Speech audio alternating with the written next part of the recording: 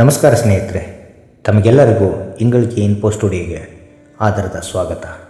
ಬನ್ನಿ, ನಾವಿವತ್ತು ಭಾರತ ಕಂಡಂಥ ಸರ್ವಶ್ರೇಷ್ಠ ಯೋಗಿ, ಆಧ್ಯಾತ್ಮದ ಭೋಗಿ, ಆಸೆ ಆಕಾಂಕ್ಷೆಗಳ ವಿರಾಗಿ, ಜೀವನದ ಸಾರ ವಿಸ್ತಾರ ಸವಿಸ್ತಾರದ ಮರ್ಮವನ್ನು ತಿಳಿಸಿದ ತತ್ವಜ್ಞಾನಿ, ಸಾಧನೆಯ ಮೂಲಕ ಜ್ಞಾನೋದಯವನ್ನು ಸಿದ್ಧಿಸಿಕೊಂಡಂತಹ ಸಂತ ಗೌತಮ ಬುದ್ಧನ ಜೀವನದ ಬಗ್ಗೆ ತಿಳ್ಕೊಳ್ಳುವಂತಹ ಪ್ರಯತ್ನ ಮಾಡೋಣ. ಅದಕ್ಕಿಂತ ಮೊದಲು ನಮ್ಮ ಚಾನಲ್ಗೆ ಸಬ್ಸ್ಕ್ರೈಬ್ ಆಗಿ, ಹಾಗೆ ಬೆಲ್ ಬಟನ್ ಒತ್ತೋದ್ರ ಮೂಲಕ ನಾವು ಅಪ್ಲೋಡ್ ಮಾಡೋ ಎಲ್ಲ ವಿಡಿಯೋಗಳು ತಮಗೆ ತಲುಪಲಿಕ್ಕೆ ಸಹಾಯ ಮಾಡಿ. ಹಾಗೆ ತಮ್ಮ ವಿಡಿಯೋಗಳನ್ನು ಲೈಕ್ ಮಾಡ್ತಾ ಶೇರ್ ಮಾಡೋದ್ರ ಮೂಲಕ ವಿಚಾರಗಳನ್ನ ಎಲ್ಲರಿಗೂ ತಲುಪಿಸಿ. ಮೊಟ್ಟ ಮೊದಲನೇದಾಗಿ ಗೌತಮ ಬುದ್ಧ ಯಾರು, ಆತನ ಜೀವನ ವೃತ್ತಾಂತ ಹಾಗೂ ಆತನ ಸಾಧನೆ, ಪ್ರಪಂಚಕ್ಕೆ ಆತನ ಕೊಡುಗೆ ಏನು ಅನ್ನೋದನ್ನು ನೋಡೋಣ. ಗೌತಮ ಬುದ್ಧ ಹಿಂದೂ ಧರ್ಮದ ಕ್ರಾಂತಿಕಾರಿ ತತ್ವಜ್ಞಾನಿ, ತಪಸ್ವಿ ಹಾಗೂ ಆಧ್ಯಾತ್ಮ ಸಾಧಕ. ಈತ ಶಾಕ್ಯವಂಶದ ರಾಜ ಶುದ್ಧೋಧನ ಹಾಗೂ ಮಹಾಮಾಯೆಯರ ಪುತ್ರ. ಈತನ ಜನ್ಮನಾಮ ಸಿದ್ಧಾರ್ಥ. ಈತನು ಕ್ರಿಸ್ತಪೂರ್ವ 563ರಲ್ಲಿ ಪ್ರಸ್ತುತ ನೇಪಾಳದ ಲುಂಬಿನಿ ಅನ್ನುವಂತಹ ಒಂದು ಸ್ಥಳದಲ್ಲಿ ಜನಿಸ್ತಾನೆ. ಈತನ ಜನನವಾದ 2 ವಾರದಲ್ಲಿ ತನ್ನ ತಾಯಿಯನ್ನು ಕಳೆದುಕೊಳ್ತಾನೆ. ಅಲ್ಲಿಂದ ಆಚೆಗೆ ಆತ ತನ್ನ ತಂದೆಯೊಂದಿಗೆ ಜೀವನ ಸಾಗಿಸಲು ಪ್ರಾರಂಭ ಮಾಡ್ತಾನೆ. ತಂದೆ ಆತನಿಗೆ ಸೂಕ್ತವಾದ ಶಿಕ್ಷಣ, ಹವ್ಯಾಸಗಳನ್ನು ಹಾಗೂ ಧರ್ಮಪಾಠಗಳನ್ನು ಕೊಡಿಸ್ತಾರೆ.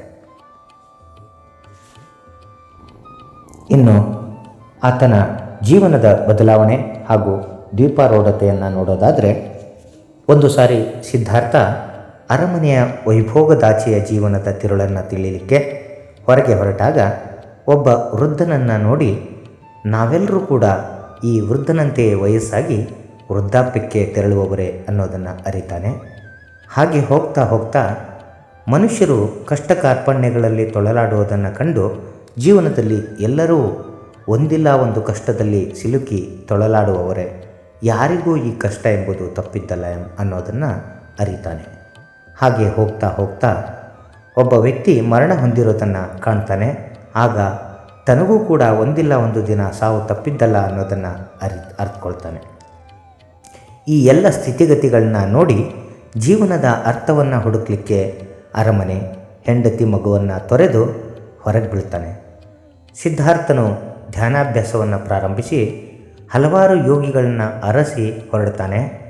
ಹಲವಾರು ತಪಸ್ವಿಗಳ ಮಾರ್ಗದರ್ಶನವನ್ನು ಅನುಸರಿಸಿದರೂ ಕೂಡ ಅವನ ಜ್ಞಾನೋದಯದ ಹಸಿವಿಗೆ ಪೂರ್ಣ ಪ್ರಮಾಣದ ತೃಪ್ತಿ ದೊರಕಲಾಗಲಿಲ್ಲ. ಅನಂತರ ಇವರೆಲ್ಲರಿಂದ ಯಾವುದೇ ಪರಿಹಾರ ಸಿಗೋದಿಲ್ಲ ಅನ್ನೋದನ್ನು ಅರಿತ ಸಿದ್ಧಾರ್ಥ ಅಲೆಮಾರಿಯಾಗಿ ಅಲಿತಾ ಕೊನೆಗೆ ಈಗಿನ ಬಿಹಾರದ ಗಯಾ ಎಂಬಲ್ಲಿಗೆ ಹೋಗಿ ಅಲ್ಲಿನ ಒಂದು ಬೋಧಿ ವೃಕ್ಷದ ಕೆಳಗೆ ಕೂತ್ಕೊಳ್ತಾನೆ. ತಾನಾಗಿ ಜ್ಞಾನೋದಯವಾಗುವವರೆಗೆ ಅಲ್ಲಿಂದ ಕದಲಬಾರದು ಅನ್ನುವಂಥ ದೃಢವಾದ ಹಠದಿಂದ ಸ್ಥಿತಪ್ರಜ್ಞನಾಗಿ ಕೂತ್ಕೊಳ್ತಾನೆ.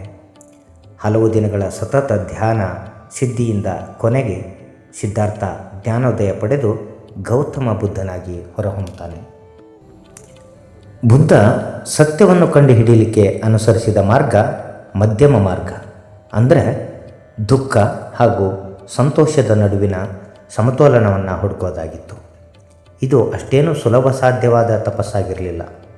ತುಂಬಾ ಕಠಿಣವಾಗಿರ್ತಕ್ಕಂತಹ ಮಾರ್ಗವಾಗಿತ್ತು ಮತ್ತು ಭೋಗವತರಣೆಯ ಮಧ್ಯೆ ಒಂದು ಸುತ್ತು ಹಿಡಿಯುವ ಮಾರ್ಗವಾಗಿತ್ತು. ಸ್ನೇಹಿತರೆ, ಇದುವರೆಗೂ ಬುದ್ಧನ ಹುಟ್ಟು, ಜೀವನ, ಬೆಳವಣಿಗೆ ಹಾಗೂ ಆತನ ಸತ್ಯದ ಹುಡುಕಾಟದ ಹಾದಿ, ಮಾರ್ಗ ಹಾಗೂ ಜ್ಞಾನೋದಯ ಪಡೆದ ರೀತಿಯನ್ನು ನೋಡ್ತಾ ಬಂದಿದ್ದೇವೆ. ಬನ್ನಿ, ಹಾಗಾದರೆ ಬುದ್ಧನಿಗೆ ಜ್ಞಾನೋದಯವಾದ ನಂತರ ಆತನ ರೀತಿ ನೀತಿ, ಆತನಲ್ಲಿ ಆದಂತಹ ಬದಲಾವಣೆ ಹಾಗೂ ಆತನಿಗಾದ ಜ್ಞಾನ ಎಂಥದ್ದು ಅನ್ನೋದನ್ನು ನೋಡೋಣ. ಸ್ನೇಹಿತರೆ, ಬುದ್ಧ ತನಗೆ ಜ್ಞಾನೋದಯ ಆದ ನಂತರ ಜೀವನದ 4 ಮಹಾನ್ ಸತ್ಯಗಳನ್ನು ತಿಳಿಸ್ತಾನೆ.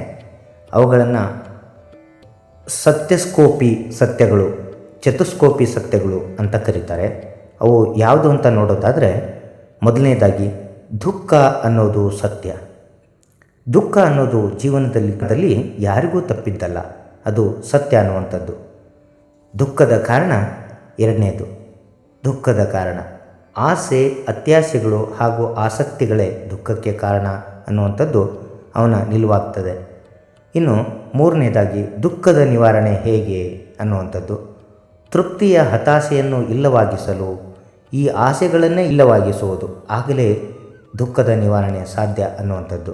ಹಾಗೂ ಆಳವಾದ ಧ್ಯಾನ ಮಾಡೋದು ಮತ್ತು ಆತ್ಮಜ್ಞಾನವನ್ನು ಅನುಸರಿಸೋದ್ರಿಂದ ನೋವಿರದ ಶಾಂತ ಬದುಕು ಸಾಧ್ಯ ಅನ್ನುವಂಥದ್ದು ಅವನ ಒಂದು ನಿಲುವು. ಇನ್ನು ಸ್ನೇಹಿತರೆ, ಕೊನೆಗೆ ಬುದ್ಧನ ನಿಧನ ಕ್ರಿಸ್ತಪೂರ್ವ 483ನೇ ವರ್ಷದಲ್ಲಿ ಕುಶಿನಗರದಲ್ಲಿ ಆಯಿತು ಅಂತ ಹೇಳಲಾಗ್ತದೆ. ಬುದ್ಧನು ತನ್ನ ಅನುಯಾಯಿಗಳಿಗೆ ತನ್ನ ತತ್ವಗಳನ್ನ ತಿಳಿಸಿ ಅವುಗಳನ್ನ ಜಗತ್ತಿಗೆ ಪಸರಿಸಲು ತಿಳಿಸ್ತಾನೆ. ಅಂದಿನಿಂದ ಬುದ್ಧನ ಬೋಧನೆ ಬೌದ್ಧ ಧರ್ಮವಾಗಿ ಪರಿವರ್ತಿತವಾಯಿತು ಮತ್ತು ಅದರ ವಿಕಾಸವು ಭಾರತದ ಪರಿಧಿ ಮೀರಿ ವಿಶ್ವವ್ಯಾಪ್ತಿಯಾಯಿತು ಅನ್ನೋದನ್ನು ನಾವೆಲ್ಲರೂ ಅರ್ಥಕೊಳ್ಬೇಕಾಗಿದೆ.